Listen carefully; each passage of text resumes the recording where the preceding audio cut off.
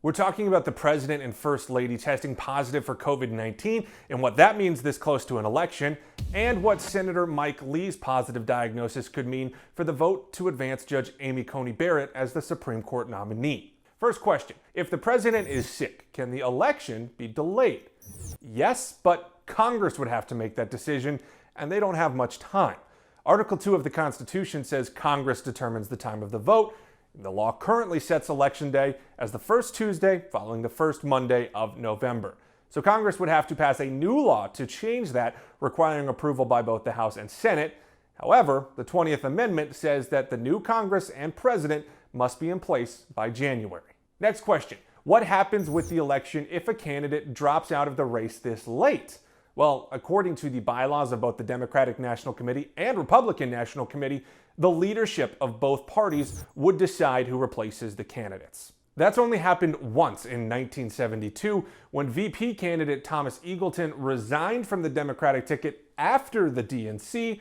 Party leaders replaced him with another candidate. The big difference, though, that all happened in August. So what about the debates? The next presidential debate is scheduled for the 15th, less than 2 weeks from now. CDC guidelines for COVID-19 patients include isolating for at least 10 days after symptoms first appear. So will the next debate be moved, canceled, or done virtually? Well, right now, we don't know. The Commission on Presidential Debates hasn't said what they're doing in response to this news. As of now, the debates are still scheduled. The last question has to do with Senator Mike Lee's announcement that he tested positive for COVID-19 and is isolating right now.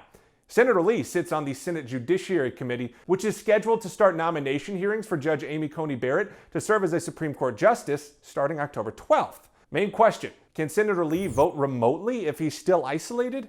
We checked with the rules of the Senate Judiciary Committee and found the answer is yes. In the committee, a senator can vote, quote, by writing or by telephone or through personal instructions.